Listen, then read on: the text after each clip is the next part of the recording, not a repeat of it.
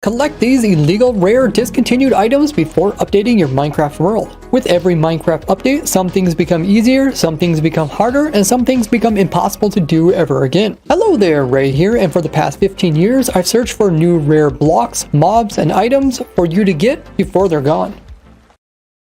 For the first rare, you can get these vines, which have a little space in between it. So this is a normal vine, this is the tip of it, and then there's another tip that's just floating over here. And the way you get this is that you have a dispenser that is on an observer clock that is constantly bone milling this piece here attached to a block. Then you have two air gaps underneath with a block right here, and now it will automatically grow. And then what you want to do is aim at the second one here, and when it grows this big, just break it once. And every time it grows back, just keep breaking it, and eventually you'll get it so that it will produce a floating one.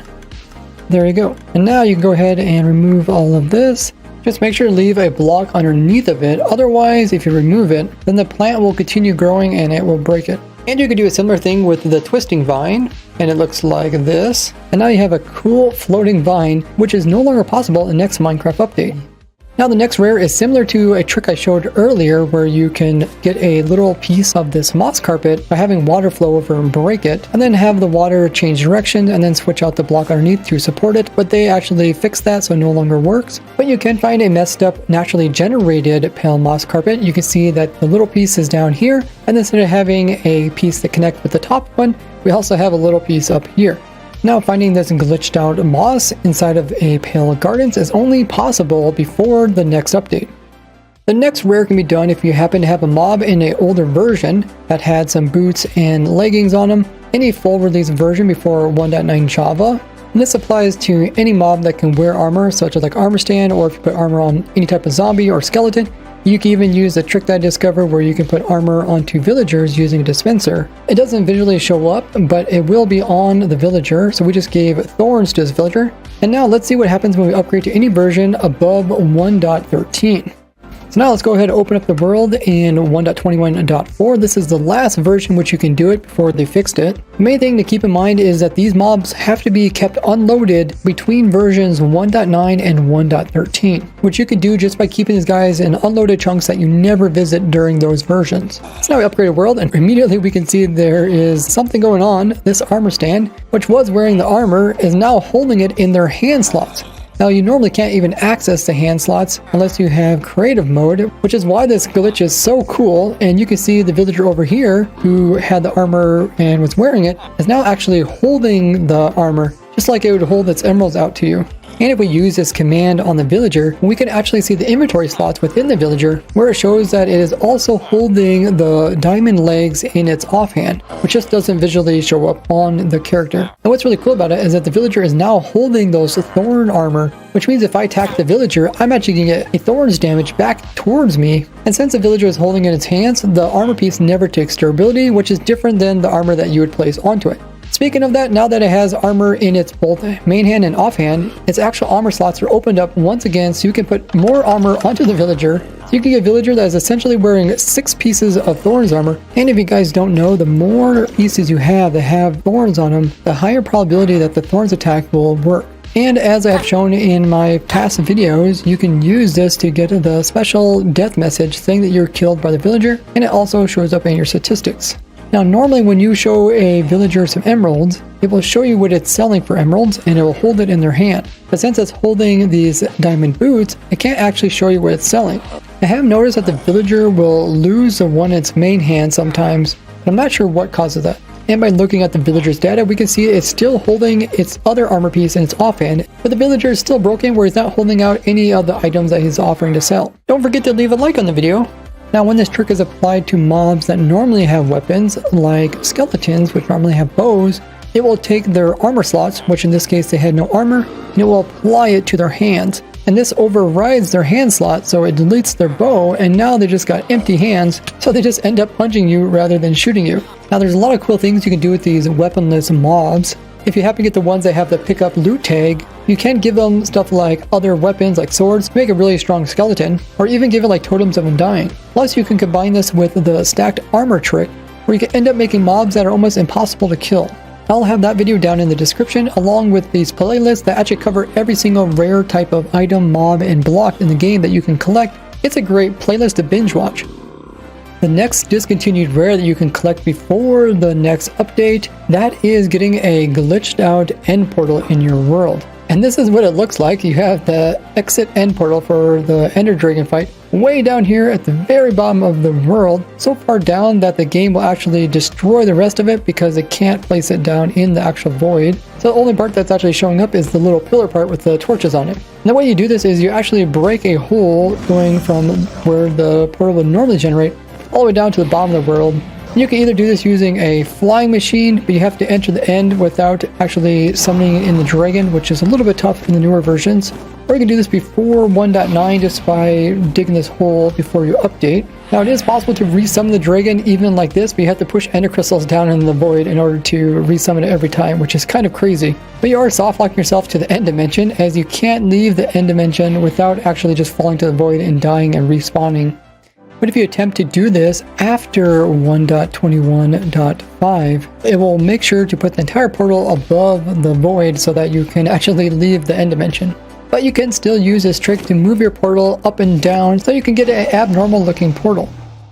The next rare is a pretty big one, and that is you can no longer use mushrooms to destroy transparent blocks. When before 1.21.5, if you would grow up a red mushroom, it would come in and replace its blocks with any type of transparent block. So look at all the different types of blocks that we have around this little piece here. And when we go ahead and bone mill it, and now we can see the only block that replaced was this one here, and that was a leaf block. And this was mainly used in order to break the end portal frames, as well as the end portals themselves and the gateway portals, because normally you cannot break these and you can't even destroy them with water anymore. Now this would be commonly used in order to make sand generators, like my sand generator farm here. You can see we use it to break all of these frames in order to access the portal blocks to duplicate falling block entities. Or like in my dragon and anvil duping machine, but once again we remove some of the frames in order to duplicate. But we can still break bedrock using the setup that we came up with, which is 100% bedrock breaking if you build it just like I have it here, and this is where you would have your unbreakable block you're trying to break. Then what you do is you flip this lever here, go underneath this trapdoor, aim way up here, and spam click your piston.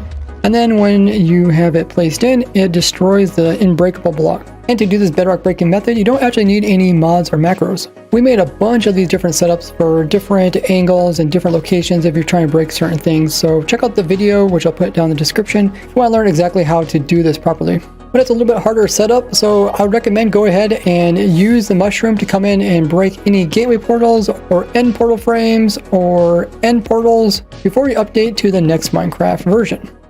Now the new hot and cold chicken variations isn't going to affect previous collected rare chicken jockeys, even though all Zombie Piglin jockeys that spawn in the nether will always have the warm chicken, but you can still bring the white chickens over from the overworld into the nether, and nearby babies will still hop onto them. And I actually designed a whole farm in order to take advantage of this, but normally when you're collecting these type of rare mobs, you can actually build a farm up in pretty much any biome so you can get any type of warm or cold chicken jockey you want. Now the warm and cold cows, pigs, and the sheep changes won't make any changes to passive mob farms besides just getting different colored wool. But you can prepare farms for the new items like the chicken's new blue and brown eggs by making your chicken farm now and then moving in the new types of chickens in order to collect those new types of eggs. But the eggs aren't as interesting as the other new farms, including the new cactus flower, as you can already build this entire farm up, and then once you get to the new update, it'll just produce cactus flowers.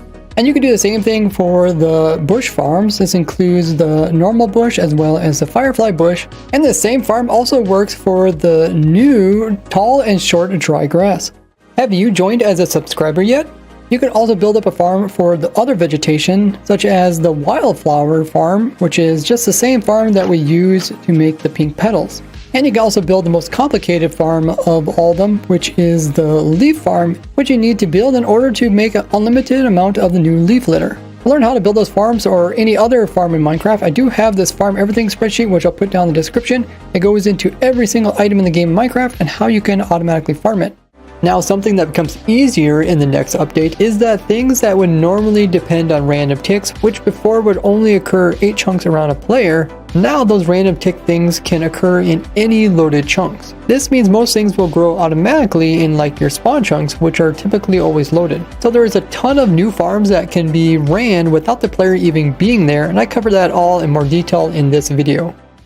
speaking of chunk loaders, the trick I found where you can load the nether dimension using portals got a update as well in this version. So now if a portal happens to be loading something, such as these items going through loading the overworld, which we can see with the messages in the chat, the overworld side would normally unload when you would leave the game, and would not reload when you would join again. But as you can see, they now changed it so that if any portals happen to be loading some area, they will continue to load them once the game is reopened again.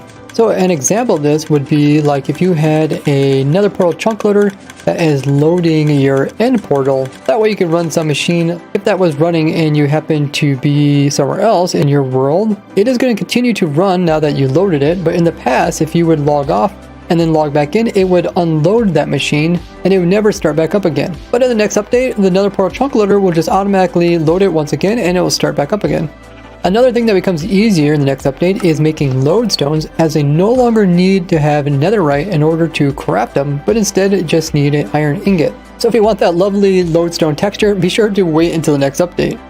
Now, one thing that became more difficult in the next update is flying through vines and similar blocks, because now as soon as you touch them, it will stop you from flying and then you will just fall. So be extra careful when flying through biomes with the vines.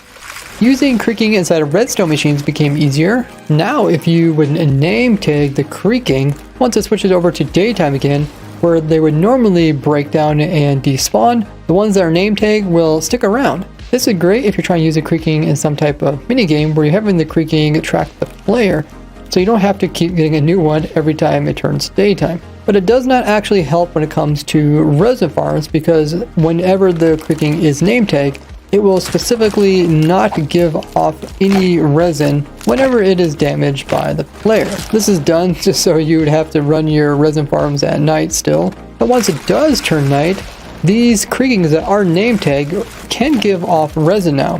So if you wanted to, you could come in and name tag all these creakings, and that way they don't have to respawn every night. But with my farm, it's not really necessary, as they can easily spawn on these platforms, and then they will automatically get washed to the center, so that you only really save a couple seconds, so it wouldn't really be worth it when it comes to resin farms. Now, something that became harder is AFK gold farms without using a macro. That's because they now change it so that if you want to get XPs off of pigmen that are angry at you and just happen to die, you'll need to actually whack them with your sword. Where before you would just like AFK down inside of the farm here, and then they would just die and give you XPs. But I did already come in and make a fix for my gold farms, either the small versions or this bigger version here.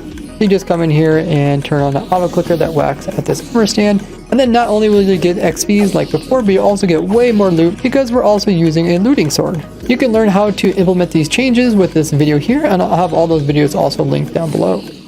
Now, another thing that became easier for people that don't have access to the seed of their world is finding witch huts, because now you can actually trade these cartographer villagers and they will sell you these new maps that will show you not only where all the other different variations of villages are, like this desert guy here will show me where the nearest savannah village is, but some of the villagers will also give you maps that will show you where the nearest witch hut is, as well as jungle temple.